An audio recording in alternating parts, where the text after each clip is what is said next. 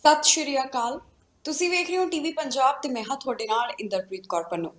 ਲੈ ਕੇ ਹਾਜ਼ਰ ਹਾਂ ਪ੍ਰੋਗਰਾਮ ਕੈਨੇਡਾ ਨਾਓ, ਜਿੱਤੇ ਗੱਲਬਾਤ ਅਸੀਂ ਕੈਨੇਡਾ ਦੀਆਂ तमाम ਵੱਡੀਆਂ ਖਬਰਾਂ ਦੀ ਕਰਾਂਗੇ। ਇਹਨਾਂ ਖਬਰਾਂ ਦੇ ਉੱਪਰ ਵਿਚਾਰ ਚਰਚਾ ਕਰਾਂਗੇ ਆਪਣੇ ਸਹਿਯੋਗੀ ਮਨਦੀਪ ਸਿੰਘ ਟੁੱਟ ਦੇ ਨਾਲ। ਸੋ ਮਨਦੀਪ ਜੀ, ਸਭ ਤੋਂ ਪਹਿਲਾਂ ਬਹੁਤ-ਬਹੁਤ ਸਵਾਗਤ ਹੈ। ਜੀ ਬਹੁਤ ਬਹੁਤ ਧੰਨਵਾਦ ਇੰਦਰਪ੍ਰੀਤ ਜੀ। ਜੀ ਮਨਦੀਪ ਜੀ, ਸਭ ਤੋਂ ਪਹਿਲੀ ਜਿਹੜੀ ਖਬਰ ਹੈ ਸਿਆਸਤ ਦੇ ਨਾਲ ਜੁੜੀ ਹੋਈ ਹੈ। ਜਗਮੀਤ ਸਿੰਘ ਵੱਲੋਂ ਪ੍ਰੈਸ ਕਾਨਫਰੰਸ ਦੌਰਾਨ ਇੱਕ ਖਾਸ ਜਾਣਕਾਰੀ ਸਾਂਝੀ ਕੀਤੀ ਗਈ ਹੈ। ਜਗਮੀਤ ਸਿੰਘ ਕਹਿੰਦੇ ਨੇ ਕਿ ਹੁਣ ਲਿਬਰਲ ਸਰਕਾਰ ਨੂੰ ਕੁਝ ਖਾਸ ਮੁੱਦਿਆਂ ਦੇ ਉੱਪਰ ਕੰਮ ਕਰਨਾ ਜ਼ਰੂਰੀ ਹੈ ਜੇਕਰ ਉਹ ਐਨਡੀਪੀ ਪਾਰਟੀ ਦੀ ਸਪੋਰਟ ਚਾਹੁੰਦੇ ਨੇ। ਸੋ ਜਾਣਕਾਰੀ ਤੁਹਾਡੇ ਤੋਂ ਇਹ ਜਾਣਨਾ ਚਾਹੁੰਦੇ ਆ ਕਿ ਕਿਹੜੇ ਮੁੱਦਿਆਂ ਦਾ ਜ਼ਿਕਰ ਜਗਮੀਤ ਸਿੰਘ ਵੱਲੋਂ ਇਸ ਪ੍ਰੈਸ ਕਾਨਫਰੰਸ ਦੌਰਾਨ ਕੀਤਾ ਗਿਆ। ਜੀ ਬਿਲਕੁਲ, ਕਿਉਂਕਿ ਇਸ ਵਕਤ ਜਿਹੜੀਆਂ ਚੋਣਾਂ ਹੋ ਚੁੱਕੀਆਂ ਨੇ, ਜਿਹੜੀ ਨਵੇਂ ਐਮਪੀ ਜਿਹੜੇ ਆ ਉਹ ਸਾਰੇ ਚੁਣੇ ਜਾ ਚੁੱਕੇ ਨੇ ਔਰ ਜੋ ਸਾਫ਼ ਹੋ ਚੁੱਕਾ ਹੈ ਕਿ ਇੱਕ ਵਾਰੀ ਫਿਰ ਕੈਨੇਡਾ 'ਚ ਘੱਟ ਗਿਣਤੀ ਜਿਹੜੀ ਸਰਕਾਰ ਆ ਉਹ ਬਣਨ ਜਾ ਰਹੀ ਆ। ਸੋ ਇਹੋ ਜਿਹੇ ਵਿੱਚ ਜਿੰਨੀਆਂ ਵੀ ਪਾਰਟੀਆਂ ਜਿਹੜੀਆਂ ਪਾਰਲੀਮੈਂਟ ਵਿੱਚ ਹੁੰਦੀਆਂ ਉਹਨਾਂ ਦਾ ਰੋਲ ਬੜਾ ਅਹਿਮ ਹੋ ਜਾਂਦਾ, ਕਿਉਂਕਿ ਸਰਕਾਰ ਫਿਰ ਉੱਥੇ ਇਕੱਲੀ ਕੰਮ ਨਹੀਂ ਕਰਦੀ, ਉੱਥੇ ਫਿਰ ਸਾਰੀਆਂ ਪਾਰਟੀਆਂ ਦੀ ਭੂਮਿਕਾ ਅਹਿਮ ਹੋ ਜਾਂਦੀ ਹੈ। ਕਿਉਂਕਿ ਜੇ ਤਾਂ ਕਿਸੇ ਇੱਕ ਸਰਕਾਰ ਦੀ, ਇੱਕ ਪਾਰਟੀ ਦੀ ਬਹੁਮਤ ਹੋਵੇ ਔਰ ਬਹੁਮਤ ਵਾਲੀ ਸਰਕਾਰ ਹੋਵੇ ਤਾਂ ਫਿਰ ਜਿੰਨੇ ਕੁ ਬਿੱਲ ਹੁੰਦੇ ਆ ਜਾਂ ਚੀਜ਼ਾਂ ਹੁੰਦੀਆਂ ਨੇ ਉਹ ਆਪਣੇ ਹਿਸਾਬ ਨਾਲ ਫਿਰ ਉਹ ਪਾਸ ਕਰਵਾ ਲੈਂਦੇ ਆ, ਬਹੁਮਤ ਉਹਨਾਂ ਕੋਲ ਹੁੰਦੀ ਆ। ਪਰ ਹੁਣ ਕਿਉਂਕਿ ਮਿਨੋਰਟੀ ਗਵਰਨਮੈਂਟ ਆ ਔਰ ਜਿਹੜਾ ਕੱਲਾ ਬਿੱਲ ਪਾਸ ਹੋਣਾ ਆ, ਕੋਈ ਕਾਨੂੰਨ ਬਣਨਾ ਆ, ਤਾਂ ਉਹਦੇ ਲਈ ਬਾਕੀ ਪਾਰਟੀਆਂ ਦੀ ਜਿਹੜੀ ਸਮਰਥਨ ਹੈ ਉਹਦੀ ਲੋੜ ਪਵੇਗੀ। ਔਰ ਇਹਦੇ ਵਿੱਚ ਇਹ ਆ ਕਿ ਹੁਣ ਇਸ ਵਕਤ 160 ਸੀਟਾਂ ਜਿਹੜੀਆਂ ਹੋ ਚੁੱਕੀਆਂ ਨੇ। ਜਿਵੇਂ ਕੱਲ ਅਸੀਂ ਦਰਸ਼ਕਾਂ ਨੂੰ ਜਾਣਕਾਰੀ ਦਿੱਤੀ ਸੀ ਕਿ ਇੱਕ ਸੀਟ ਜਿਹੜੀ ਦੁਬਾਰਾ ਗਿਣਤੀ ਵੋਟਾਂ ਦੀ ਹੋਈ ਹੈ, ਕਿਊਬਿਕ ਵਿੱਚੋਂ 12 ਵੋਟਾਂ ਦੇ ਫਰਕ ਨਾਲ ਇੱਕ ਸੀਟ ਜਿਹੜੀ ਹੋ ਰਿਹਾ ਲਿਬਰਲ ਪਾਰਟੀ ਦੇ ਜਿਹੜੀ ਉਹ ਖਾਤੇ ਪੈ ਗਈ ਆ। ਸੋ ਫਾਈਨਲ ਟੈਲੀ ਇਸ ਵਕਤ ਜਿਹੜੀ ਹੈਗੀ 160 ਸੀਟਾਂ ਜਿਹੜੀਆਂ ਉਹ ਲਿਬਰਲ ਨੂੰ ਆਈਆਂ ਨੇ ਅਤੇ ਇਹਦੇ ਨਾਲ 119 ਸੀਟਾਂ ਜਿਹੜੀਆਂ ਨੇ ਉਹ ਕੰਜ਼ਰਵੇਟਿਵ ਨੂੰ, ਔਰ 33 ਤੋਂ ਘਟ ਕੇ ਹੁਣ 32 ਸੀਟਾਂ ਉੱਤੇ ਬਲਾਕ ਕਿਊਬਿਕ ਆ ਗਈ ਆ। 2019 ਵਿੱਚ ਵੀ ਉਹਨਾਂ ਕੋਲ 32 ਸੀਟਾਂ ਸੀ ਤੇ ਐਤਕੀ ਫਿਰ 32 ਸੀਟਾਂ ਤੇ ਜਿੱਤੇ ਨੇ ਔਰ ਇਹਦੇ ਨਾਲ ਹੀ ਐਨਡੀਪੀ ਕੋਲ ਜਿਹੜੀਆਂ 25 ਸੀਟਾਂ ਨੇ। ਸੋ ਗੱਲ ਆਪਾਂ ਅੱਜ ਐਨਡੀਪੀ ਦੀ ਕਰ ਰਹੇ ਹਾਂ ਕਿਉਂਕਿ ਕਾਕਸ ਦੀ ਮੀਟਿੰਗ ਜਿਹੜੀ ਬੀਤੇ ਦਿਨ ਹੋਈ ਆ, ਉਸ ਤੋਂ ਬਾਅਦ ਅੱਜ ਜਗਮੀਤ ਸਿੰਘ ਨੇ ਇਹ ਐਲਾਨ ਕੀਤਾ ਹੈ ਕਿ ਉਹਨਾਂ ਦਾ ਰੋਲ ਕੀ ਰਹੇਗਾ, ਕਿਵੇਂ ਉਹ ਕੰਮ ਕਰਨਗੇ। ਸੋ ਉਹਨਾਂ ਨੇ ਸਭ ਤੋਂ ਪਹਿਲਾਂ ਜਿਹੜੇ ਆਪਣੇ ਮੁੱਦੇ ਜਿਹੜੇ ਉਹ ਰੱਖੇ ਨੇ। ਹਾਲਾਂਕਿ ਉਹਨਾਂ ਨੇ ਇਹ ਵੀ ਕਿਹਾ ਕਿ ਹਾਲੇ ਤੱਕ ਸਰਕਾਰ ਨੇ ਉਹਨਾਂ ਨਾਲ ਕੋਈ ਸੰਪਰਕ ਨਹੀਂ ਕੀਤਾ ਕਿ ਆਪਾਂ ਮਿਲ ਕੇ ਕੰਮ ਕਰਨਾ ਹੈ। ਉਹਨਾਂ ਦਾ ਇਸ਼ਾਰਾ ਇਹ ਸੀ ਕਿ ਜਸਟਿਨ ਟਰੂਡੋ ਜਾਂ ਉਹਨਾਂ ਦੀ ਪਾਰਟੀ ਵੱਲੋਂ ਹਾਲੇ ਤੱਕ ਕੋਈ ਇਸ ਤਰੀਕੇ ਦਾ ਸੁਨੇਹਾ ਨਹੀਂ ਪਹੁੰਚਿਆ ਵੀ ਉਹਨਾਂ ਨੇ ਕਿਵੇਂ ਨੈਗੋਸ਼ੀਏਸ਼ਨ ਕਰਨੀ ਆ, ਕਿਵੇਂ ਜਿਹੜੇ ਉਹ ਕੰਮ ਕਰਨੇ ਨੇ ਪਾਰਲੀਮੈਂਟ ਦੇ ਵਿੱਚ। ਪਰ ਉਹ ਕਹਿੰਦੇ ਸਾਨੂੰ ਪਤਾ ਹੈ ਕਿ ਅਸੀਂ ਕਿੱਥੇ ਖੜੇ ਆ, ਸਿਚੁਏਸ਼ਨ ਕੀ ਆ, ਔਰ ਉਹ ਕਹਿੰਦੇ ਵੀ ਸਾਨੂੰ ਇਹ ਵੀ ਪਤਾ ਕਿ ਸਾਡੀ ਵੋਟਾਂ ਦੀ ਕੀਮਤ ਜਿਹੜੀ ਆ ਉਹ ਕੀ ਆ। ਸੋ ਇਸ ਕਰਕੇ ਉਹਨਾਂ ਨੇ ਅੱਜ ਕੁਝ ਮੁੱਦੇ ਰੱਖੇ ਨੇ, ਜਿਹਦੇ ਵਿੱਚ ਕੁਝ ਮੁੱਦੇ ਤਾਂ ਜਿਹੜੇ ਰਲਦੇ ਮਿਲਦੇ ਨੇ, ਜਿਹਦੇ ਵਿੱਚ ਅਸੀਂ ਗੱਲ ਕਰ ਸਕਦੇ ਹਾਂ ਕਿ ਨੈਸ਼ਨਲ ਵੈਕਸੀਨ ਪਾਸਪੋਰਟ ਦੀ ਗੱਲ ਜਿਹੜੀ ਆ ਕਰ ਰਹੇ ਨੇ ਜਗਮੀਤ ਸਿੰਘ। ਉਹ ਚਾਹੁੰਦੇ ਨੇ ਕਿ ਕੈਨੇਡਾ ਦੇ ਵਿੱਚ ਜਿਹੜਾ ਵਾ ਸਰਕਾਰ ਇਹ ਕੰਮ ਕਰੇ ਕਿ ਇੱਕ ਪਾਸਪੋਰਟ ਜਿਹੜਾ ਵੈਕਸੀਨ ਪਾਸਪੋਰਟ ਹੈ ਲਾਗੂ ਕੀਤਾ ਜਾਵੇ। ਇਹਦੇ ਉੱਤੇ ਪਹਿਲਾਂ ਹੀ ਹਾਲਾਂਕਿ ਲਿਬਰਲ ਪਾਰਟੀ ਜਿਹੜਾ ਉਹ ਕੰਮ ਕਰ ਰਹੀ ਹੈ ਤੇ ਜਸਟਿਨ ਟਰੂਡੋ ਵੀ ਕਹਿ ਰਿਹਾ ਕਿ ਉਹ ਇੱਕ ਅਜਿਹਾ ਵੈਕਸੀਨ ਪਾਸਪੋਰਟ ਜਿਹੜਾ ਵਾ ਫੈਡਰਲ ਲੈਵਲ ਤੇ ਤਿਆਰ ਕਰਨਗੇ ਜਿਹਦੇ ਲਈ ਇੰਟਰਨੈਸ਼ਨਲ ਵਰਤੋਂ ਜਿਹੜੀ ਹੈ, ਜਿਹੜੀ ਇੰਟਰਨੈਸ਼ਨਲ ਲੈਵਲ ਤੇ ਵਰਤੋਂ ਕੀਤੀ ਜਾ ਸਕਦੀ ਆ। ਸੋ ਦੂਜੇ ਪਾਸਿਓਂ ਪੇਡ ਸਿਕ ਲੀਵ ਉੱਤੇ ਜਿਹੜਾ ਉਹ ਅੜੇ ਹੋਏ ਨੇ। ਹਾਲਾਂਕਿ ਉਹਨਾਂ ਨੇ ਕੁਝ ਆਪਣੀਆਂ ਮੰਗਾਂ ਮਨਵਾ ਵੀ ਲਈਆਂ ਸੀ ਪਿਛਲੀ ਸਰਕਾਰ ਦੇ ਵਿੱਚ। ਇੱਕ ਵਾਰੀ ਫਿਰ ਉਹਨਾਂ ਨੇ ਪੇਡ ਸਿਕ ਲੀਵ ਦਾ ਜਿਹੜਾ ਮੁੱਦਾ ਉਹ ਉਠਾਇਆ। ਉਹ ਕਹਿੰਦੇ ਵੀ ਇਹਦੇ ਉੱਤੇ ਵੀ ਅਸੀਂ ਕੰਮ ਕਰਾਂਗੇ ਔਰ ਜੇਕਰ ਸਾਡਾ ਸਮਰਥਨ ਲੈਣਾ ਆ ਤਾਂ ਇਹਦੇ ਉੱਤੇ ਕੰਮ ਕਰਨਾ ਪਊਗਾ। ਸਾਡੀ ਪੇਡ ਸਿਕ ਲੀਵ ਵਾਲੀ ਜਿਹੜੀ ਮੰਗ ਆ ਮੰਨਣੀ ਪਵੇਗੀ। ਇਹਦੇ ਨਾਲ ਹੀ ਉਹਨਾਂ ਨੇ ਫਿਰ ਕਲਾਈਮੇਟ ਚੇਂਜ ਦੇ ਮੁੱਦੇ ਵੀ ਅੱਗੇ ਰੱਖੇ ਆ ਔਰ ਨਾਲ ਇਹ ਕਿਹਾ ਕਿ ਹੈਲਥ ਸੈਕਟਰ ਦੇ ਜਿਹੜੀ ਆਪਣੀ ਸਪੈਂਡਿੰਗ ਆ, ਜਿਹੜਾ ਖਰਚਾ ਆ ਉਹ ਵਧਾਉਣਾ ਪਵੇਗਾ। ਉੱਥੇ ਲੋਕਾਂ ਨੂੰ ਹੋਰ ਸਹੂਲਤਾਂ ਦੇਣੀਆਂ ਪੈਣਗੀਆਂ। ਜਿਸ ਤਰੀਕੇ ਨਾਲ ਆਪਣੇ ਉਹਨਾਂ ਨੇ ਪਲੇਟਫਾਰਮ ਦੇ ਵਿੱਚ ਵੀ ਜ਼ਿਕਰ ਕੀਤਾ ਸੀਗਾ, ਉਸੇ ਤਰੀਕੇ ਨਾਲ ਉਹਨਾਂ ਨੇ ਇਸ ਵਕਤ ਜਸਟਿਨ ਟਰੂਡੋ ਸਰਕਾਰ ਤੋਂ ਮੰਗ ਕੀਤੀ ਆ।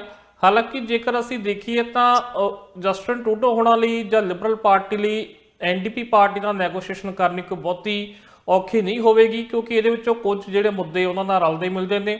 ਪਰ ਫਿਰ ਵੀ ਜਿਹੜੀ ਨੈਗੋਸ਼ੀਏਸ਼ਨ ਤਾਂ ਉਹ ਕਰਨੀ ਹੀ ਪੈਣੀ ਆ।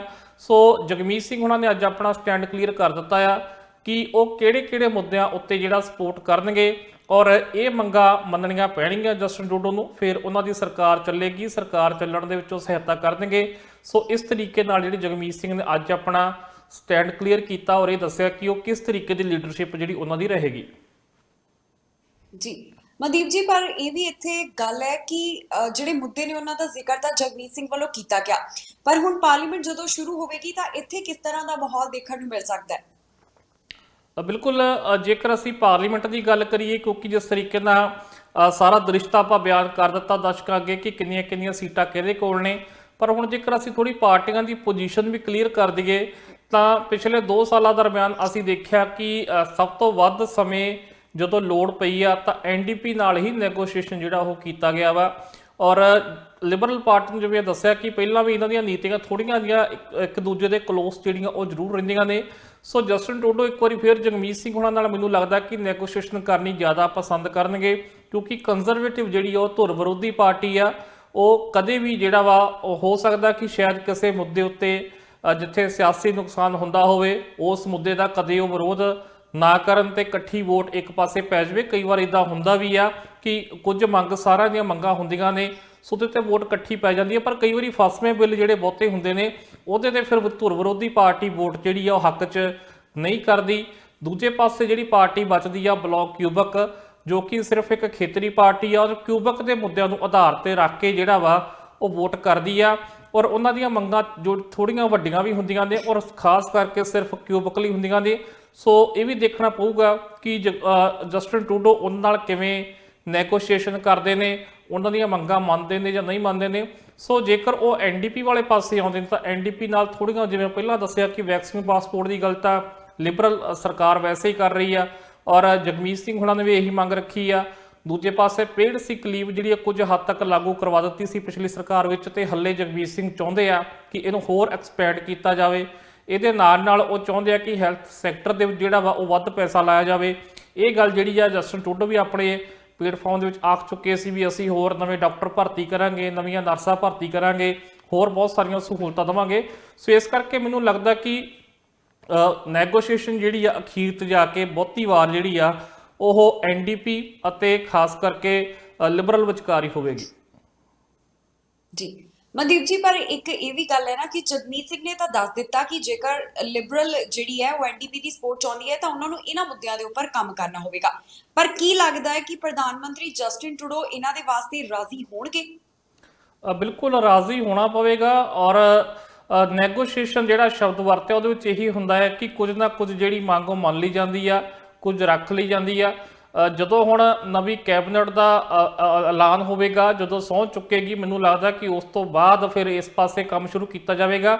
ਔਰ ਜੇਕਰ ਸਰਕਾਰ ਚਲਾਉਣੀ ਆ, ਬਿੱਲ ਪਾਸ ਕਰਨੇ ਨੇ, ਨਵੀਆਂ ਜਿਹੜੀਆਂ ਨੀਤੀਆਂ ਲੈ ਕੇ ਆਉਣੀਆਂ ਨੇ, ਕਿਉਂਕਿ ਹੁਣੀਆਂ ਚੋਣਾਂ ਹੋ ਕੇ ਹਟੀਆਂ ਨੇ ਔਰ ਘੱਟੋ ਘੱਟ ਇਹ ਉਮੀਦ ਹੈਗੀ ਆ ਕਿ 2 ਸਾਲ ਤਾਂ ਇਹ ਸਰਕਾਰ ਵੀ ਕੱਢੇਗੀ। ਸੋ 2 ਸਾਲ ਤੱਕ ਜੇਕਰ ਕੰਮ ਚਲਾਉਣਾ ਆ ਤਾਂ ਫਿਰ ਕਿਸ ਨਾ ਕਿਸ ਨਾਲ ਤਾਂ ਨੈਗੋਸ਼ੀਏਸ਼ਨ ਜਿਹੜੀ ਆ ਜਸਟਿਨ ਟਰੂਡੋ ਨੂੰ ਕਰਨੀ ਪਵੇਗੀ।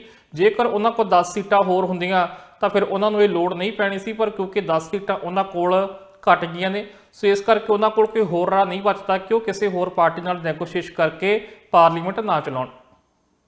ਜੀ ਮਨਦੀਪ ਜੀ, ਅਗਲੀ ਜਿਹੜੀ ਖਬਰ ਹੈ ਨਾ ਉਹ ਇਮੀਗ੍ਰੇਸ਼ਨ ਦੇ ਨਾਲ ਜੁੜੀ ਹੋਈ ਹੈ।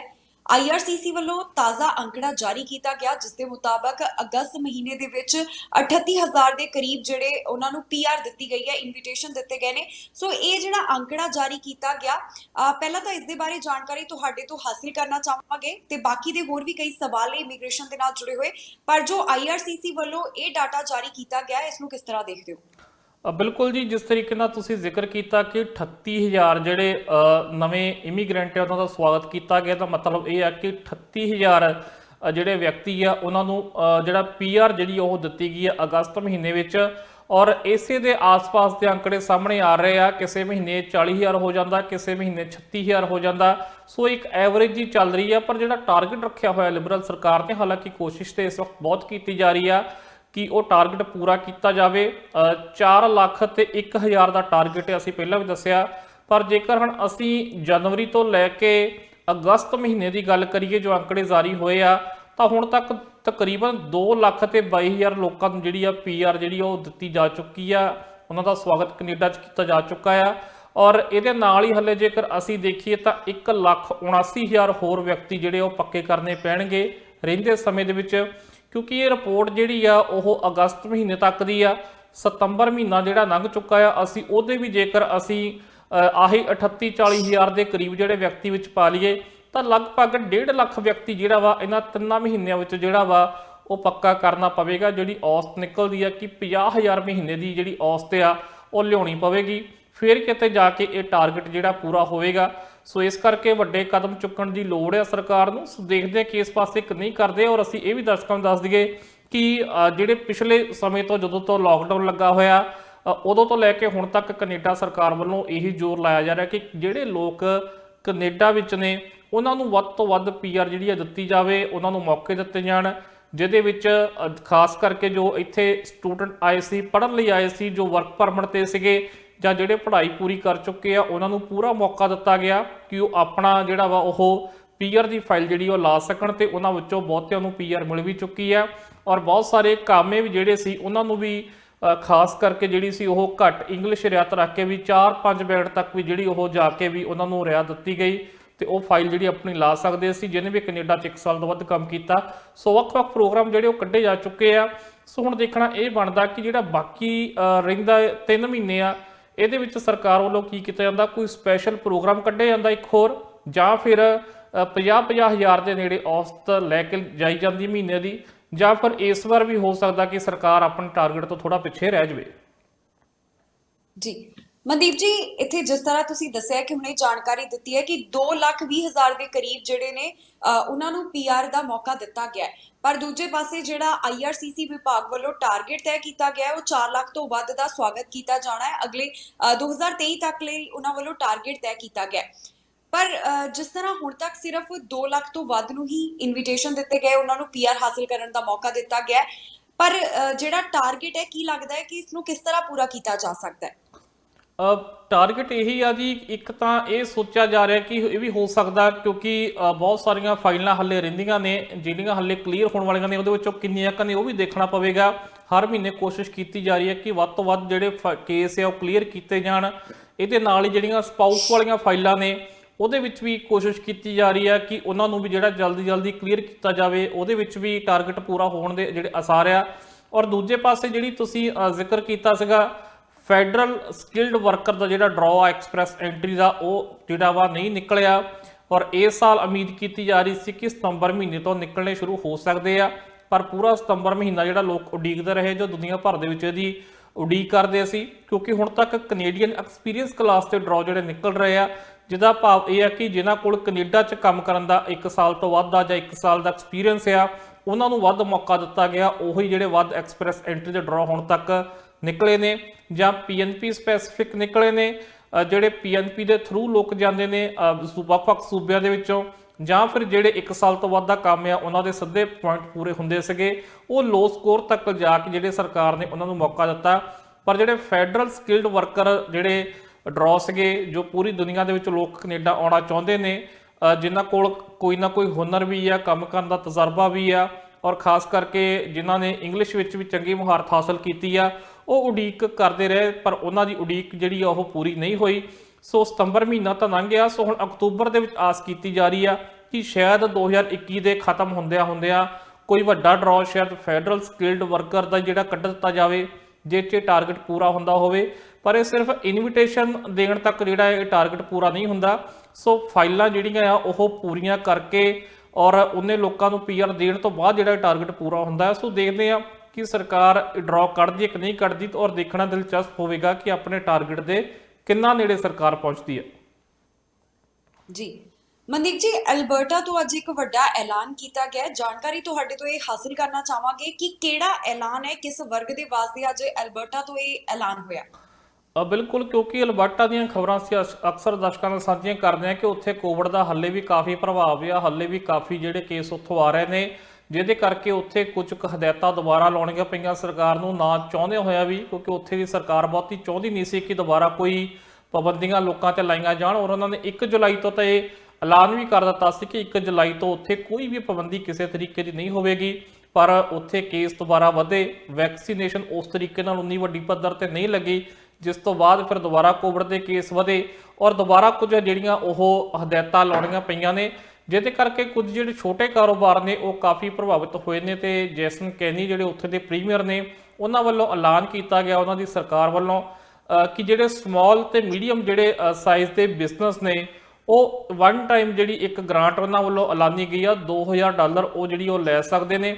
ਸੋ ਦੇਖਦੇ ਆ ਕਿ ਇਹਦੇ ਨਾਲ ਲੋਕਾਂ ਦੀ ਕਿੰਨੀ ਕੁ ਮਦਦ ਹੁੰਦੀ ਆ, ਪਰ ਇਹ ਐਲਾਨ ਕੀਤਾ ਗਿਆ। ਇਹਦੇ ਨਾਲ ਹਾਲਾਂਕਿ ਹੋਰ ਵੀ ਬਹੁਤ ਸਾਰੇ ਜਿਹੜੀ ਤਰੀਕੇ ਨਾਲ ਮਦਦ ਕੀਤੀ ਜਾ ਰਹੀ ਹੈ, ਔਰ ਉਮੀਦ ਇਹ ਵੀ ਹੈ ਕਿ ਹੋਰ ਵੀ ਕਈ ਤਰੀਕੇ ਦੀ ਗ੍ਰਾਂਟ ਜਿਹੜੀ ਐਲਾਨੀ ਜਾਵੇਗੀ, ਪਰ ਇਹ ਸਿੱਧਾ 1-2000 ਡਾਲਰ ਦਾ ਜਿਹੜਾ ਗੱਫਾ ਦੇਣ ਦੀ ਤਿਆਰੀ ਕੀਤੀ ਜਾ ਰਹੀ ਹੈ।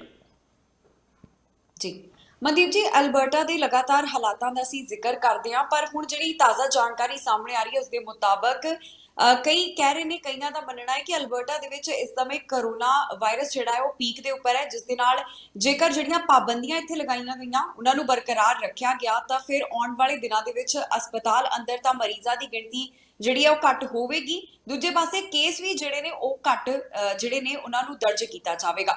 ਸੋ ਕੀ ਲੱਗਦਾ ਹੈ ਕਿ ਅਲਬਰਟਾ ਦੇ ਵਿੱਚ ਕਿਹੜੇ ਹਾਲਾਤ ਬਣ ਸਕਦੇ ਨੇ, ਜਾਂ ਜਿਹੜੀ ਇਹ ਜਾਣਕਾਰੀ ਸਾਂਝੀ ਕੀਤੀ ਜਾ ਰਹੀ ਹੈ ਇਸ ਨੂੰ ਕਿਸ ਤਰ੍ਹਾਂ ਦੇਖਦੇ ਹੋ? ਬਿਲਕੁਲ, ਜਿਹੜੇ ਮਾਹਰ ਨੇ ਖਾਸ ਕਰਕੇ ਸਿਹਤ ਮਾਹਰ ਕਹਿ ਰਿਹਾ ਕਿ ਇਸ ਵਕਤ ਪੀਕ ਤੇ ਪਹੁੰਚ ਚੁੱਕਾ, ਔਰ ਪੀਕ ਤੱਕ ਪਹੁੰਚਣ ਦਾ ਮਤਲਬ ਇਹ ਹੈ ਕਿ ਜਿੰਨੀ ਸਿਖਰ ਹੋਣੀ ਸੀ ਇਸ ਮਹਾਮਾਰੀ ਦੀ ਇਸ ਵਕਤ ਉੱਥੇ ਹੋ ਚੁੱਕੀ ਆ ਚੌਥੀ ਵੇਵ ਦੇ ਵਿੱਚ, ਔਰ ਹੁਣ ਜਿਹੜੀ ਆ ਇਹ ਬਿਮਾਰੀ ਜਿਹੜੀ ਆ ਢਲਾਨ ਵੱਲ ਨੂੰ ਜਾਵੇਗੀ, ਭਾਵ ਕਿ ਹੁਣ ਕੇਸ ਜਿਹੜੇ ਉਹ ਘਟਣ ਦੇ ਸੰਕੇਤ ਮਿਲਣੇ ਸ਼ੁਰੂ ਹੋ ਗਏ ਆ। ਜਿਹਦਾ ਕ੍ਰੈਡਿਟ ਦਿੱਤਾ ਜਾ ਰਿਹਾ ਕਿ ਕੁਝ ਜਿਹੜੀਆਂ ਹੁਣ ਪਾਬੰਦੀਆਂ ਲਾਈਆਂ ਗਈਆਂ ਨੇ ਸਰਕਾਰ ਵੱਲੋਂ, ਤੇ ਕੁਝ ਵੈਕਸੀਨੇਸ਼ਨ ਰੇਟ ਦੇ ਵਿੱਚ ਵਾਧਾ ਕੀਤਾ ਜਾ ਰਿਹਾ, ਕਿਉਂਕਿ ਪ੍ਰੂਫ ਆਫ ਵੈਕਸੀਨੇਸ਼ਨ ਦਾ ਐਲਾਨ ਅਲਬਰਟਾ ਸਰਕਾਰ ਵੱਲੋਂ ਵੀ ਕੀਤਾ ਜਾ ਰਿਹਾ। ਸੋ ਇਸ ਕਰਕੇ ਕਿ ਅਸੀਂ ਕਹਿ ਸਕਦੇ ਹਾਂ ਕਿ ਥੋੜੀ ਜਿਹੀ ਰਾਹਤ ਦੀ ਖਬਰ ਜ਼ਰੂਰ ਆ, ਜੇਕਰ ਇਸ ਤਰੀਕੇ ਨਾਲ ਸਿਹਤ ਮਾਹਰ ਕਹਿ ਰਿਹਾ ਕਿ ਪੀਕ ਉੱਤੇ ਪਹੁੰਚ ਚੁੱਕੀ ਆ, ਔਰ ਇਦੋਂ ਬਾਅਦ ਹੁਣ ਇਸ ਬਿਮਾਰੀ ਦੀ ਇੱਥੇ ਢਲਾਣ ਆ, ਹੁਣ ਥੱਲੇ ਵੱਲ ਨੂੰ ਕੇਸ ਆਉਣਗੇ। ਔਰ ਇਹਦੇ ਨਾਲ ਹੀ ਦਰਸ਼ਕਾਂ ਨੂੰ ਜੇਕਰ ਅਸੀਂ ਬੀਤੇ 24 ਘੰਟਿਆਂ ਦੀ ਅਪਡੇਟ ਵੀ ਦੱਸ ਦਈਏ ਜੋ ਅੱਜ ਦਿੱਤੀ ਗਈ ਆ ਸਰਕਾਰ ਵੱਲੋਂ, ਉਹਦੇ ਵਿੱਚ 1254 ਜਿਹੜੇ ਨਵੇਂ ਕੋਵਿਡ ਦੇ ਮਾਮਲੇ ਦਰਜ ਕੀਤੇ ਗਏ ਨੇ, ਔਰ ਬੀਤੇ 24 ਘੰਟਿਆਂ ਵਿੱਚ 13 ਲੋਕਾਂ ਦੀ ਜਿਹੜੀ ਮੌਤ ਹੈ ਹੋਈ ਆ। ਔਰ ਜੇਕਰ ਅਸੀਂ ਸਕੂਲਾਂ ਦੀ ਗੱਲ ਕਰੀਏ ਤਾਂ ਸਕੂਲਾਂ ਵਿੱਚ ਵੀ ਕੋਵਿਡ ਦੇ ਕੇਸ ਸਾਹਮਣੇ ਆਏ ਆ। ਹੁਣ ਤੱਕ 756 ਸਕੂਲਾਂ ਦੇ ਵਿੱਚ ਜਿਹੜੇ ਉਹ ਕੋਵਿਡ ਦੇ ਕੇਸ ਸਾਹਮਣੇ ਆ ਚੁੱਕੇ ਨੇ, ਤੇ 54 ਨਵੇਂ ਸਕੂਲਾਂ ਵਿੱਚ ਜਿਹੜਾ ਕੋਵਿਡ ਆਊਟਬ੍ਰੇਕ ਹੋਇਆ ਵਾ। ਸੋ 13 ਲੋਕਾਂ ਦੀ ਮੌਤ ਜਿਹੜੀ ਆ ਪਿਛਲੇ 24 ਘੰਟਿਆਂ ਦੌਰਾਨ ਹੋਈ ਆ, ਤੇ 1254 ਜਿਹੜੇ ਮਾਮਲੇ ਸਾਹਮਣੇ ਆਏ ਨੇ। ਸੋ ਇਸ ਤਰੀਕੇ ਦੇ ਨਾਲ ਜਿਹੜਾ ਵਾ ਅੱਜ ਇਹਦੇ ਨਾਲ ਇੱਕ ਜਿਹੜੀ ਪਹਿਲਾਂ ਵੀ ਆਪਾਂ ਜਾਣਕਾਰੀ ਹੁਣੇ ਦੇ ਚੁੱਕੇ ਆ ਕਿ 2000 ਡਾਲਰ ਦੀ ਇੱਕ ਗ੍ਰਾਂਟ ਜਿਹੜੀ ਆ ਸਮਾਲ ਤੇ ਮੀਡੀਅਮ ਬਿਜ਼ਨਸ ਨੂੰ ਜਿਹੜੀ ਐਲਾਨੀ ਗਈ ਆ। ਸੋ ਹੁਣ ਦੇਖਦੇ ਆ ਕਿ ਕਿਸ ਤਰੀਕੇ ਨਾਲ ਜਿਹੜਾ ਵਾ, ਹਾਲਾਂਕਿ ਸਥਿਤੀ ਤੇ ਕਾਬੂ ਪਾਉਣ ਲਈ ਜਿਹੜੀ ਕੈਨੇਡੀਅਨ ਫੌਜ ਵਿੱਚ ਜਿਹੜੀਆਂ ਨਰਸਸ ਨੇ ਉਹ ਵੀ ਆ ਚੁੱਕੀਆਂ ਨੇ ਐਡਮਿੰਟਨ ਦੇ ਵਿੱਚ, ਜਿੱਥੇ ਜ਼ਿਆਦਾ ਮਰੀਜ਼ਾਂ ਦੀ ਗਿਣਤੀ ਹੈ ਉੱਥੇ ਉਹਨਾਂ ਵੱਲੋਂ ਭਾਰ ਜਿਹੜਾ ਉਹ ਵੰਡਾਇਆ ਜਾ ਰਿਹਾ ਡਾਕਟਰਾਂ ਦੇ ਨਾਲ। ਸੋ ਫੈਡਰਲ ਲੈਵਲ ਤੇ ਹੋਰ ਵੀ ਮਦਦ ਭੇਜਣ ਦੀ ਕੋਸ਼ਿਸ਼ ਕੀਤੀ ਜਾ ਰਹੀ ਹੈ, ਤੇ ਸਰਕਾਰ ਦਾ ਵੀ ਪੂਰਾ ਜ਼ੋਰ ਲੱਗਾ ਹੋਇਆ ਕਿ ਕਿਸ ਨਾ ਕਿਸੇ ਤਰੀਕੇ ਜਲਦ ਤੋਂ ਜਲਦ ਇਸ ਬਿਮਾਰੀ ਤੇ ਕਾਬੂ ਪਾਇਆ ਜਾ ਸਕੇ। ਜੀ ਮਨਦੀਪ ਜੀ, ਇੱਕ ਖਬਰ ਇਹ ਵੀ ਸਾਹਮਣੇ ਆਈ ਹੈ ਕਿ ਕੈਨੇਡਾ ਸਰਕਾਰ ਵੱਲੋਂ ਗੂਗਲ ਨੂੰ ਅਪੀਲ ਕੀਤੀ ਗਈ ਸੀ। ਯਾਤਰੀਆਂ ਦਾ ਕਹਿਣਾ ਸੀ ਕਿ ਉਹਨਾਂ ਨੂੰ ਕਨਫਿਊਜ਼ਨ ਆ ਰਹੀ ਹੈ ਅਰਾਈਵ ਕੈਨ ਐਪ ਦੇ ਬਾਰੇ। ਜਦੋਂ ਸਰਚ ਕਰਦੇ ਨਾ ਤਾਂ ਇੱਥੇ ਜਿਹੜੇ ਫੇਕ ਜਿਹੜੇ ਐਡਵਰਟਾਈਜ਼ਮੈਂਟ ਨੇ, ਮਸ਼ਹੂਰੀਆਂ ਨੇ, ਉਹ ਦੇਖਣ ਨੂੰ ਮਿਲਦੀਆਂ ਨੇ। ਅਜਿਹੇ ਦੇ ਵਿੱਚ ਸਰਕਾਰ ਨੇ ਗੂਗਲ ਨੂੰ ਕਿਹਾ ਸੀ ਕਿ ਇਸ ਤਰ੍ਹਾਂ ਦੇ ਜਿਹੜੇ ਵਿਗਿਆਪਨ ਨੇ ਉਹਨਾਂ ਨੂੰ ਹਟਾਇਆ ਜਾਵੇ। ਸੋ ਇਸ ਤਰ੍ਹਾਂ ਦੇ ਜਿਹੜੇ ਮਾਮਲੇ ਸਾਹਮਣੇ ਆਉਂਦੇ ਨੇ ਜਿਸ ਦੇ ਨਾਲ ਯਾਤਰੀਆਂ ਨੂੰ ਕਨਫਿਊਜ਼ਨ ਪੈਦਾ ਹੁੰਦੀ ਹੈ, ਤੇ ਉਸ ਤੋਂ ਬਾਅਦ ਹੁਣ ਗੂਗਲ ਵੱਲੋਂ ਵੀ ਜਿਹੜਾ ਫਰਜ਼ ਨਿਭਾਇਆ ਗਿਆ, ਇਸ ਨੂੰ ਕਿਸ ਤਰ੍ਹਾਂ ਦੇਖਦੇ ਹੋ? ਬਿਲਕੁਲ, ਇਹ ਹਦਾਇਤਾਂ ਦਿੱਤੀਆਂ ਗਈਆਂ ਸੀ ਕੈਨੇਡਾ ਸਰਕਾਰ ਵੱਲੋਂ, ਕਿਉਂਕਿ ਕੈਨੇਡਾ ਸਰਕਾਰ ਨੂੰ ਕੁਝ ਸ਼ਿਕਾਇਤਾਂ ਮਿਲੀਆਂ ਸੀਗੀਆਂ, ਕਿਉਂਕਿ ਲਗਾਤਾਰ ਅਸੀਂ ਦੇਖਦੇ ਹਾਂ ਕਿ ਟੈਕਨੋਲੋਜੀ ਦੀ ਜਿੱਥੇ ਸਹੀ ਵਰਤੋਂ ਕੀਤੀ ਜਾ ਰਹੀ ਹੈ ਉੱਥੇ ਨਾਲ ਠੱਗੀਆਂ ਮਾਰਨ ਲਈ ਵੀ ਟੈਕਨੋਲੋਜੀ ਦੀ ਵਰਤੋਂ ਵੱਡੇ ਪੱਧਰ ਤੇ ਕੀਤੀ ਜਾ ਰਹੀ ਆ। ਸੋ ਇਹ ਵੀ ਇੱਕ ਇੱਦਾਂ ਦਾ ਹੀ ਮਾਮਲਾ ਸੀਗਾ। ਔਰ ਅਰਾਈਵ ਕੈਨੇਡਾ ਐਪ ਜਿਹੜੀ ਆ, ਉਦੋਂ ਇੱਕ ਅਰਾਈਵ ਜਿਹੜੀ ਐਪ ਹੈ ਜਿਹੜੀ ਉਦੋਂ ਮਹੱਤਵਪੂਰਨ ਹੋ ਗਈ ਜਦੋਂ ਹੁਣ ਕੋਈ ਵੀ ਯਾਤਰੀ ਬਾਹਰੋਂ ਆਉਂਦਾ ਤਾਂ ਉਹਦੇ ਉੱਤੇ ਆਪਣੀ ਜਿਹੜੀ ਵੈਕਸੀਨੇਸ਼ਨ ਰਿਪੋਰਟ ਆ, ਜਿਹੜੀ ਡਿਟੇਲ ਆ ਉਹ ਉੱਤੇ ਅਪਲੋਡ ਕਰਨੀ ਪੈਂਦੀ ਆ। ਸੋ ਜਦੋਂ ਇਹ ਐਪ ਓਪਨ ਹੁੰਦੀ ਸੀ ਤਾਂ ਉੱਥੇ ਕੁਝ ਐਡਸ ਆਉਂਦੀਆਂ ਸੀ ਜਿਹਦੇ ਵਿੱਚ ਕੁਝ ਭਰਮਾਉਣ ਵਾਲੀ ਜਿਹੜੀ ਉਹ ਜਾਣਕਾਰੀ ਹੁੰਦੀ ਸੀਗੀ, ਔਰ ਕਈ ਵਾਰ ਜਿਹੜਾ ਵਾ ਉਹਨੂੰ ਐਪ ਦਾ ਹੀ ਹਿੱਸਾ ਮੰਨ ਕੇ ਲੋਕ ਕਲਿੱਕ ਕਰ ਲੈਂਦੇ ਸੀਗੇ। ਔਰ ਕੁਝ ਲੋਕ ਇਦਾਂ ਦੇ ਵੀ ਆਏ ਜੋ ਉੱਥੋਂ ਉਹਨਾਂ ਤੋਂ ਭੁਗਤਾਨ ਵੀ ਉੱਥੋਂ ਕਰਵਾ ਲਿਆ ਗਿਆ। ਸੋ ਉਹਨਾਂ ਵੱਲੋਂ ਕਈ ਤਾਂ ਲੋਕਾਂ ਵੱਲੋਂ ਪੈਸੇ ਵੀ ਦਿੱਤੇ ਗਏ ਨੇ ਉਸ ਪ੍ਰਾਈਵੇਟ ਐਡ ਦੇ ਉੱਤੇ, ਪ੍ਰਾਈਵੇਟ ਵੈਬਸਾਈਟ ਉੱਤੇ। ਪਰ ਦੇਖਣ ਨੂੰ ਐਂ ਹੀ ਲੱਗਦਾ ਸੀ ਕਿ ਸ਼ਾਇਦ ਉਹ ਕੈਨੇਡਾ ਸਰਕਾਰ ਦੀ ਕੋਈ ਵੈਬਸਾਈਟ ਹੋਵੇ, ਉਹਨਾਂ ਨੂੰ ਡਿਜ਼ਾਈਨ ਇਸ ਤਰੀਕੇ ਨਾਲ ਕੀਤਾ ਗਿਆ। ਸੋ ਭੁਲੇਖਾ ਪਾ ਕੇ ਜਿਹੜੀ ਇਹ ਲੁੱਟਣ ਦੀ ਕੋਸ਼ਿਸ਼ ਜਿਹੜੀ ਉਹ ਕੀਤੀ ਜਾਂਦੀ ਸੀ ਫੀਸ ਲੈਣ ਦੀ। ਸੋ ਇਹਦੇ ਕਰਕੇ ਕੈਨੇਡਾ ਸਰਕਾਰ ਨੇ ਇਹ ਗੂਗਲ ਨੂੰ ਅਪੀਲ ਕੀਤੀ ਸੀਗੀ, ਜਾਂ ਅਸੀਂ ਕਹਿ ਸਕਦੇ ਹਾਂ ਕਿ ਹਦਾਇਤ ਦਿੱਤੀ ਸੀਗੀ ਕਿ ਜਿਹੜੀ ਫੇਕ ਟਰੈਵਲ ਵਾਲੀਆਂ ਐਡਾਂ ਨੇ ਉੱਤੇ ਮਸ਼ਹੂਰੀਆਂ ਆਉਂਦੀਆਂ ਨੇ ਇਹਨਾਂ ਨੂੰ ਜਿਹੜਾ ਉੱਥੋਂ ਹਟਾਇਆ ਜਾਵੇ। ਸੋ ਉਹਦੇ ਉੱਤੇ ਕਾਰਵਾਈ ਹੋਈ ਆ। ਸੋ ਹੁਣ ਅਜਿਹੀ ਕੋਈ ਵੀ ਐਡ ਜਿਹੜੀ ਆ, ਕੋਈ ਮਸ਼ਹੂਰੀ ਉਸ ਐਪ ਉੱਤੇ ਜਿਹੜੀ ਆ ਉਹ ਨਹੀਂ ਦਿਖੇਗੀ। ਸੋ ਇਸ ਗੱਲ ਨੂੰ ਜਿਹੜਾ ਗੂਗਲ ਨੇ ਮੰਨਿਆ ਵਾ। ਔਰ ਇਹ ਤੋਂ ਇਲਾਵਾ ਵੀ ਅਸੀਂ ਜੇਕਰ ਕਹੀਏ ਤਾਂ ਕਈ ਵਾਰ ਅਵੇਅਰਨੈਸ ਚਲਾਈ ਜਾਂਦੀ ਆ ਕਿ ਤੁਹਾਨੂੰ ਕਈ ਵਾਰੀ ਤੁਹਾਡੇ ਫੋਨ ਤੇ ਟੈਕਸਟ ਮੈਸੇਜ ਦੇ ਵਿੱਚ ਕੋਈ ਲਿੰਕ ਭੇਜਿਆ ਜਾਂਦਾ ਆ, ਉਹਦੇ ਉੱਤੇ ਤੁਹਾਨੂੰ ਕਈ ਵਾਰ ਭਰਮਾਉਣ ਲਈ ਕੁਝ ਲਿਖਿਆ ਹੁੰਦਾ, ਜਾਂ ਤੁਸੀਂ ਲੋਟਰੀ ਜਿੱਤੇ ਹੋ, ਤੁਹਾਡਾ ਫਲਾਨੀ ਕੰਪਨੀ ਵੱਲੋਂ ਇੰਨਾ ਨਾਮ ਨਿਕਲਿਆ, ਜਾਂ ਫਿਰ ਤੁਹਾਨੂੰ ਸਰਵਿਸ ਕੈਨੇਡਾ ਤੋਂ ਜਾਂ ਤੁਹਾਡਾ ਸਿਮ ਨੰਬਰ ਦੀ ਡਿਟੇਲ ਕਿਤੇ ਵਰਤੀ ਜਾ ਰਹੀ ਹੈ। ਇਦਾਂ ਦੇ ਕੁਝ ਜਿਹੜੇ ਭਰਮ ਪਾ ਕੇ ਇਹ ਕੋਸ਼ਿਸ਼ ਕਰਵਾਈ ਜਾਂਦੀ ਹੈ ਕਿ ਉਸ ਲਿੰਕ ਉੱਤੇ ਕਲਿੱਕ ਕਰਾਇਆ ਜਾਵੇ। ਸੋ ਉਹਦੇ ਸੰਬੰਧੀ ਵੀ ਅਵੇਅਰਨੈਸ ਚਲਾਈ ਜਾਂਦੀ ਹੈ ਕਿ ਇਹੋ ਜਿਹੇ ਥਾਂ ਤੇ ਨਾ ਕਲਿੱਕ ਕਰੋ, ਨਾ ਕੋਈ ਆਪਣੀ ਡਿਟੇਲ ਦਿਓ। ਇਦਾਂ ਦੀਆਂ ਬਹੁਤ ਤਰੀਕੇ ਦੀਆਂ ਠੱਗੀਆਂ ਜਿਹੜੀਆਂ ਉਹ ਤਕਨੀਕ ਦੇ ਸਹਾਰੇ, ਟੈਕਨੋਲੋਜੀ ਦੇ ਸਹਾਰੇ ਜਿਹੜੀਆਂ ਉਹ ਮਾਰੀਆਂ ਜਾਂਦੀਆਂ ਨੇ। ਸੋ ਵੀ ਇੱਕ ਇੱਦਾਂ ਦਾ ਮਾਮਲਾ ਸੀ ਜਿਸ ਤੋਂ ਬਾਅਦ ਕੈਨੇਡਾ ਸਰਕਾਰ ਨੇ ਐਕਸ਼ਨ ਲਿਆ ਤੇ ਗੂਗਲ ਨੂੰ ਹਦਾਇਤ ਕੀਤੀ ਔਰ ਗੂਗਲ ਨੇ ਇਹ ਜਿਹੜਾ ਸਾਰਾ ਕੁਝ ਉੱਥੋਂ ਹਟਾ ਦਿੱਤਾ ਹੈ। ਜੀ ਮਨਦੀਪ ਜੀ, ਜਾਂਦੇ ਜਾਂਦੇ ਤੁਹਾਡੇ ਤੋਂ ਬ੍ਰਿਟਿਸ਼ ਕੋਲੰਬੀਆ ਦੀ ਅਸੀਂ ਅਪਡੇਟ ਜਾਣਨਾ ਚਾਹੁੰਦੇ ਹਾਂ ਕਿ ਅੱਜ ਕਿੰਨੇ ਕਰੋਨਾ ਵਾਇਰਸ ਦੇ ਮਾਮਲੇ ਸਾਹਮਣੇ ਆਏ, ਕੀ ਹਾਲਾਤ ਬਣੇ ਹੋਏ ਨੇ ਬ੍ਰਿਟਿਸ਼ ਕੋਲੰਬੀਆ ਦੇ ਵਿੱਚ? ਬਿਲਕੁਲ ਜੀ, ਜਿਹੜੀ ਅੱਜ ਬ੍ਰਿਟਿਸ਼ ਕੋਲੰਬੀਆ ਦੀ ਡਿਟੇਲ ਜਾਰੀ ਕੀਤੀ ਗਈ ਹੈ ਸਰਕਾਰ ਵੱਲੋਂ, ਉਹਦੇ ਵਿੱਚ ਜੇਕਰ ਅਸੀਂ ਦੇਖੀਏ ਤਾਂ ਪਿਛਲੇ 24 ਘੰਟੇ ਦੌਰਾਨ ਜਿਹੜੇ 624 ਨਵੇਂ ਮਾਮਲੇ ਜਿਹੜੇ ਕੋਵਿਡ ਦੇ BC ਵਿੱਚ ਰਿਪੋਰਟ ਕੀਤੇ ਜਾ ਚੁੱਕੇ ਨੇ। ਔਰ ਇਹਦੇ ਵਿੱਚ ਹੁਣ ਜੇਕਰ ਅਸੀਂ ਸ਼ੁਰੂ ਤੋਂ ਲੈ ਕੇ ਹੁਣ ਤੱਕ ਗੱਲ ਕਰ ਲਈਏ ਤਾਂ ਟੋਟਲ 1,91,748 ਮਾਮਲੇ ਹੁਣ ਤੱਕ ਕੋਵਿਡ ਦੇ ਜਿਹੜੇ ਆ ਉਹ BC ਵਿੱਚ ਜਿਹੜੇ BC ਵਿੱਚ ਆ ਚੁੱਕੇ ਨੇ। ਐਕਟਿਵ ਕੇਸਾਂ ਦੀ ਇਸ ਵਕਤ ਅਸੀਂ ਗੱਲ ਕਰੀਏ ਤਾਂ 5,929 ਇਸ ਵਕਤ ਐਕਟਿਵ ਕੇਸ ਜਿਹੜੇ ਆ ਉਹ ਬ੍ਰਿਟਿਸ਼ ਕੋਲੰਬੀਆ ਵਿੱਚ ਜਿਹੜੇ ਮੌਜੂਦ ਨੇ। ਔਰ ਇਹਦੇ ਵਿੱਚੋਂ ਜੇਕਰ ਅਸੀਂ ਗੱਲ ਕਰੀਏ ਤਾਂ 132 ਵਿਅਕਤੀ ਜਿਹੜੇ ਆ ਉਹ ਇਸ ਵਕਤ ICU ਵਿੱਚ ਪਏ ਨੇ, ਜਿਨ੍ਹਾਂ ਦੀ ਹਾਲਤ ਥੋੜੀ ਗੰਭੀਰ ਕਹੀ ਜਾ ਸਕਦੀ ਹੈ। ਔਰ ਇਹਦੇ ਨਾਲ ਹੀ 373 ਲੋਕ ਜਿਹੜੇ ਉਹ ਕੁੱਲ ਮਿਲਾ ਕੇ ਹਸਪੀਟਲ ਵਿੱਚ ਨੇ, ਜਿਨ੍ਹਾਂ ਦਾ ਇਲਾਜ ਚੱਲ ਰਿਹਾ। ਔਰ ਜੇਕਰ ਅਸੀਂ ਰੀਜ਼ਨ ਵਾਈਜ਼ ਦਸੀਏ ਤਾਂ ਫਰੇਜ਼ਰ ਹੈਲਥ ਵਿੱਚੋਂ ਇਸ ਵਕਤ ਜਿਹੜੇ ਆ 258 ਮਾਮਲੇ, ਵੈਨਕੂਵਰ ਕੋਸਟਲ ਹੈਲਥ ਵਿੱਚੋਂ ਜਿਹੜੇ ਆ 118 ਮਾਮਲੇ। ਇਹਦੇ ਨਾਲ ਹੀ ਜੇਕਰ ਅਸੀਂ ਨਾਰਥਰਨ ਰੀਜਨ ਦੀ ਗੱਲ ਕਰੀਏ ਤਾਂ 91 ਮਾਮਲੇ ਔਰ ਆਈਲੈਂਡ ਹੈਲਥ ਰੀਜਨ ਤੋਂ 79 ਨਵੇਂ ਮਾਮਲੇ ਜਿਹੜੇ ਸਾਹਮਣੇ ਆ ਚੁੱਕੇ ਨੇ। ਔਰ ਇਹਦੇ ਨਾਲ ਹੀ ਬੀਤੇ 24 ਘੰਟਿਆਂ ਦੌਰਾਨ 4 ਲੋਕਾਂ ਦੀ ਮੌਤ ਕੋਵਿਡ ਕਰਕੇ ਹੋਈ ਆ, ਜਿਹਦੇ ਵਿੱਚ ਫਰੇਜ਼ਰ ਹੈਲਥ ਵਿੱਚ 1 ਮੌਤ, ਵੈਨਕੂਵਰ ਕੋਸਟਲ ਹੈਲਥ ਵਿੱਚ 2 ਮੌਤਾਂ ਅਤੇ ਜਿਹੜਾ ਆਈਲੈਂਡ ਹੈਲਥ ਰੀਜਨ ਆ ਉੱਥੇ 1 ਮੌਤ ਜਿਹੜੀ ਆ ਕੋਵਿਡ ਕਾਰਨ ਹੋਈ ਆ। ਜੀ, ਸੋ ਪ੍ਰੋਗਰਾਮ ਕੈਨੇਡਾ ਨਾਓ ਦੇ ਵਿੱਚ ਅਸੀਂ ਗੱਲਬਾਤ ਕੈਨੇਡਾ ਦੀਆਂ तमाम ਵੱਡੀਆਂ ਖਬਰਾਂ ਦੀ ਕੀਤੀ ਹੈ। ਇਸੇ ਤਰ੍ਹਾਂ ਰੋਜ਼ਾਨਾ ਇਸ ਪ੍ਰੋਗਰਾਮ ਦੇ ਰਾਹੀਂ ਤੁਹਾਡੇ ਰੂਬਰੂ ਹੁੰਦੇ ਰਵਾਂਗੇ। ਬਾਕੀ तमाम ਖਬਰਾਂ ਦੇ ਲਈ ਤੁਸੀਂ ਬਣੇ ਰਹੋ TV ਪੰਜਾਬ ਦੇ ਨਾਲ। ਫਿਲਹਾਲ ਸਾਨੂੰ ਦਿਓ ਇਜਾਜ਼ਤ।